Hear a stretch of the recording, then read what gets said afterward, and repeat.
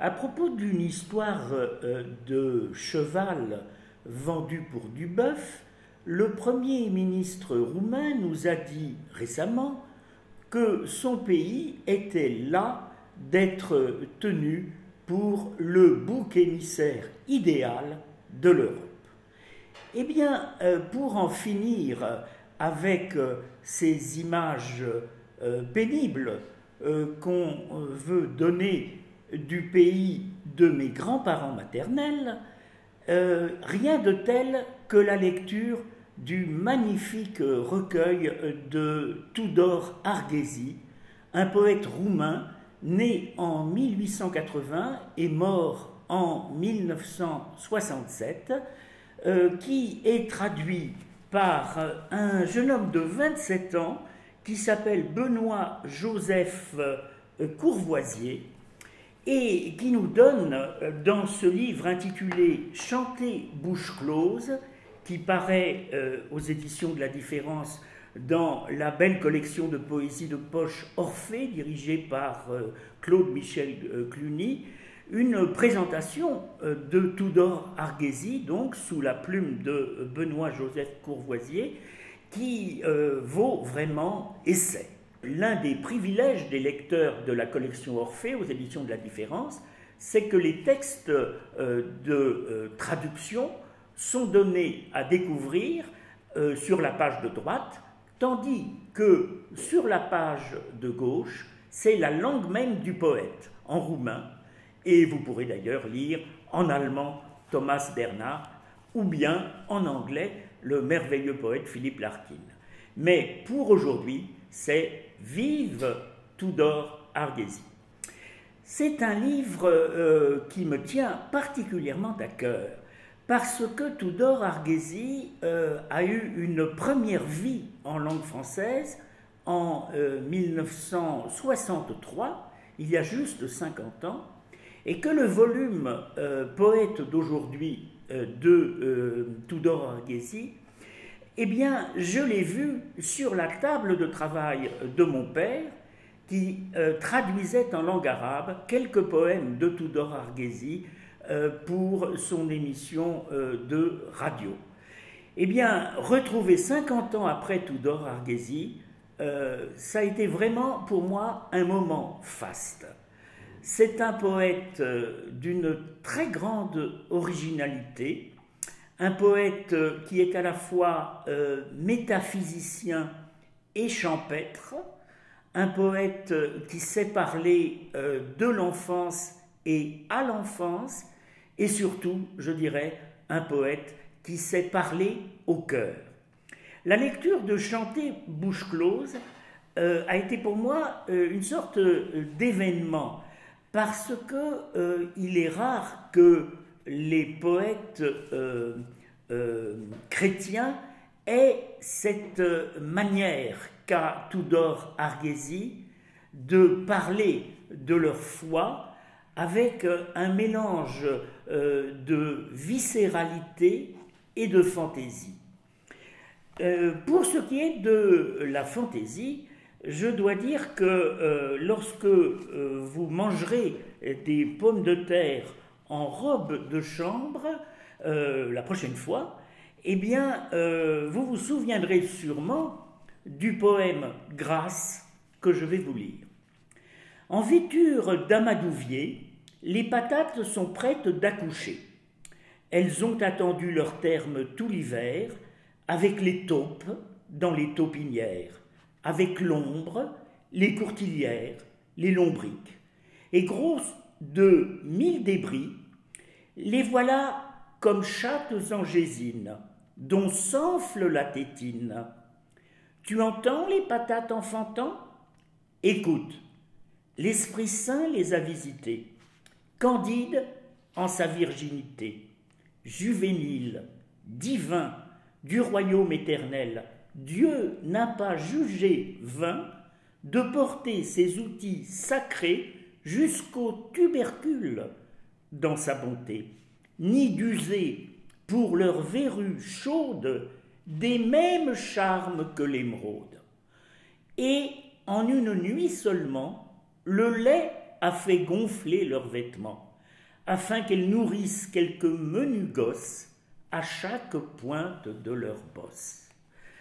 C'est digne de La Fontaine, et je dois dire que ce Benoît-Joseph Courvoisier, traducteur de Tudor Arguezy, m'épate vraiment. On apprend des mots dans ce livre, grâce à ce livre, et par exemple, j'ai appris le mot majolique, qui est une faïence italienne de la Renaissance.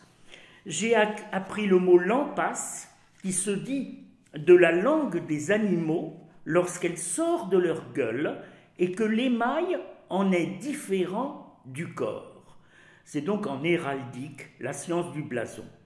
Et ce mot lampasse, nous allons le retrouver dans un très beau poème intitulé Tinka. Elle portait un rayon de soleil, de la hanche à la taille, au fond d'une corbeille, chargée de gerbes d'yeux jaunes aux cils laiteux et de bouquets d'œillets nuiteux.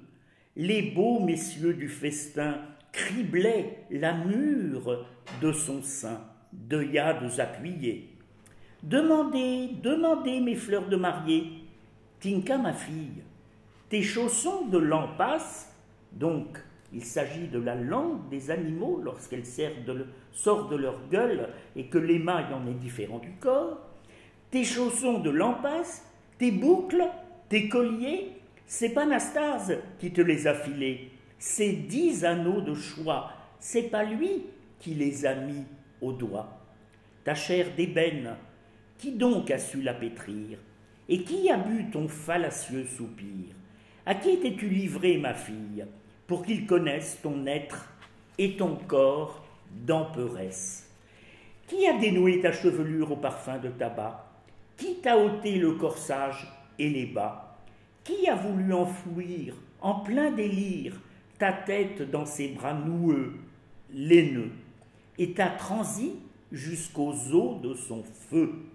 Eh bien, je vous laisse lire la suite pour seulement, je le précise, 5 € dans cette merveilleuse collection Orphée des éditions de la Différence, où vous pourrez retrouver les plus grands poètes du monde entier, grâce à cet autre poète qu'est Claude Michel Cluny, qui depuis tant d'années s'emploie à nous faire connaître le meilleur de la poésie mondiale. J'ai aussi appris le mot saillon, qui désigne la casaque ouverte portée par les Gaulois et les Romains. Le mot mélilo, c'est une plante dont certaines espèces sont cultivées comme plantes fourragères, et cela vient de miel et de lotus. Enfin, j'ai appris le mot moutier, qui est un vieux mot pour monastère. Or, à un moment de sa jeunesse, Tudor Arguezy, qui était pauvre, s'est fait moine pour manger. Je vais vous lire enfin Berceuse pour Mizura. Et Mizura, c'est la fille de Tudor Arguezy. Et l'une des grâces de ce poète, c'est de savoir parler de l'enfance et à l'enfance. Donc, nous allons retrouver Mizura, berceuse pour Mizura. Fais-lui place au soleil, Seigneur, et sa hutte en la terre vieille. Fais-la si haute qu'une fleur est plus étroite qu'une oreille. Place un œil d'eau sur le perron, un canot plus fin qu'allumette, que ton ciel, l'infini sans fond, tienne dans cette simple miette. Mets-y le papillon câlin. J'espère que ce mot câlin vous donnera le goût de lire la suite de ce poème. Mais il y a aussi de la gravité chez Tudor Arguezy, qui a été 2 fois prisonnier. Et il y a un poème qui est particulièrement émouvant, c'est le poème intitulé « Fleurs de moisissure », qui renvoie de fait aux Fleurs du mal de Baudelaire, Et je vais donc vous quitter sur ce poème « Fleurs de moisissure » qui vous indique toute l'âpreté, toute l'âcreté et tout le courage de ce poète. C'est un poème écrit en détention. C'est avec l'ongle que j'ai écrit tout cela, dans l'enduit d'une niche à la vide paroi, dans l'obscurité, solitaire, voyant mes forces se défaire, oublié du taureau, du lion, de l'aigle salvateur, qui prêtèrent au rédacteur Luc, Marc et Jean un soutien fidèle. Ce sont des rimes inactuelles, des rimes de tombeau, de grands soifs d'eau et de grands fins de cendre.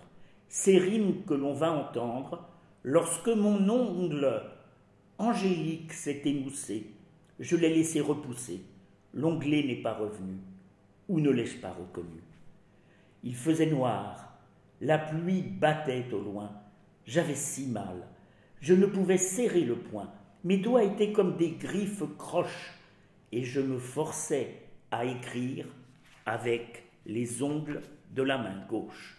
Eh bien, chanter bouche close de Tudor Arghezi, traduit du roumain et présenté par Benoît Joseph Courvoisier aux éditions de la Différence dans la collection Orphée, m'a rappelé de fait un livre aussi chez le même éditeur, Éloge du démodé. Si le démodé c'était Tudor Arghezi, eh bien, vive le démodé.